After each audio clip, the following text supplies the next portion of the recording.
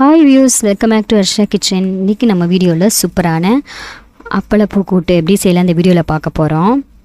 First நம்ம கடலை பருப்பை வந்து அதுக்கு ஊற வச்சு எடுத்துக்கலாம்.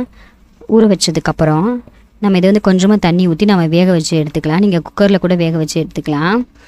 பாருங்க நல்லா சூப்பரா வெந்து ரெடி ஆயிருச்சு. இப்போ நெக்ஸ்ட் ஒரு 4 பல்ல பூண்டை வந்து நம்ம அம்மில போட்டு இடிச்சு எடுத்துக்கலாம். நீங்கள் வந்து பூண்டு முழுசாக போட விரும்புகிறவங்க முழுசாக போட்டுக்கலாம். நான் இந்த மாதிரி இடித்து எடுத்துருக்கேன். நெக்ஸ்ட்டு இப்போ கூட்டு செய்கிறதுக்கு நம்ம ஃபஸ்ட்டு அப்பளத்தை நம்ம பொரிச்சு எடுத்துக்கலாம். நீங்கள் வந்து நான் வந்து குடல் அப்பளம் எடுத்துருக்கேன். நீங்கள் எந்த அப்பளம் வேணாலும் ரெடி பண்ணலாம் எடுத்து. இப்போ அப்பளம் நல்லா பொரிஞ்சிச்சு. இதை நம்ம ஒரு பிளேட்டில் மாற்றிக்கலாம். இந்த குடல் அப்பளத்தை வச்சு நான் வந்து ஏற்கனவே ஒரு வீடியோ போட்டிருக்கேன், குடல் அப்பளம் குழம்பு. அதை நீங்கள் பார்த்து கண்டிப்பாக அதையும் நீங்கள் ட்ரை பண்ணி பாருங்கள். இந்த கூட்டையும் நீங்கள் கண்டிப்பாக ட்ரை பண்ணி பாருங்கள். இப்போ அப்பளம் ரெடி ஆயிடுச்சு. நெக்ஸ்ட்டு நம்ம எண்ணெயில் ஒரு ஸ்பூன் அளவு சீரகம், பெருஞ்சீரகம், கடுகு உளுந்து நம்ம சேர்த்துக்கலாம். இது கூட நம்ம இடித்து வச்சுருக்க பூண்டு, கருவேப்பிலை, பச்சை மிளகா, வெங்காயம் நம்ம ஆட் பண்ணிக்கலாம். இது எல்லாத்தையும் நல்லா நம்ம வதக்கி எடுத்துக்கலாம். கூட்டுக்கு தேவையான அளவு நம்ம உப்பு ஆட் பண்ணிக்கலாம்.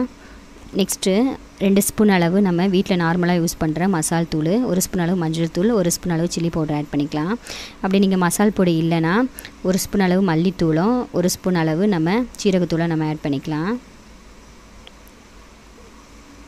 இப்போ மசாலாலாம் எண்ணெயிலே நல்லா குக் ஆயிடுச்சு. நம்ம இப்போ வந்து ஒரு 2 தக்காளியை நான் கட் பண்ணி போட்டிருக்கேன். மிக்ஸி ஜாரில் லேசாக அடித்து கூட நீங்கள் போட்டுக்கலாம். தக்காளியெல்லாம் சேர்த்த பிறகு இப்போ நம்ம வேக வச்சு எடுத்து வச்சுருக்க இந்த பருப்பை நம்ம சேர்த்துக்கலாம். பருப்பு நல்லா எல்லாம் மசாலாவோட நல்லா மிக்ஸ் ஆகணும். இப்போ ஓரளவு நல்லா குக் ஆயிடுச்சு. இது கூட வந்து ஒரு எலுமிச்சை சைஸ் அளவு நம்ம புளி ஆட் பண்ணிக்கலாம்.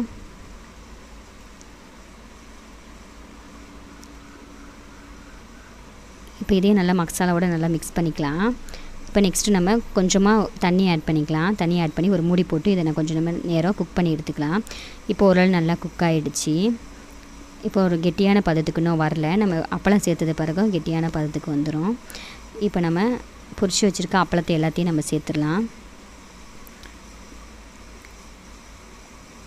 சேர்த்துட்டு ஒன்றா மிக்ஸ் பண்ணிடலாம். ஒன்றா மிக்ஸ் பண்ணதுக்கப்புறம் இப்போ நம்ம நல்லா கெட்டியான பதத்துக்கு வந்துச்சு. இதில் கொஞ்சமாக கடைசியில் பெருங்காயத்தூள் நம்ம சேர்த்துட்டு அடுப்பு ஆஃப் பண்ணிடலாம். கொத்தமல்லி இலை தூவி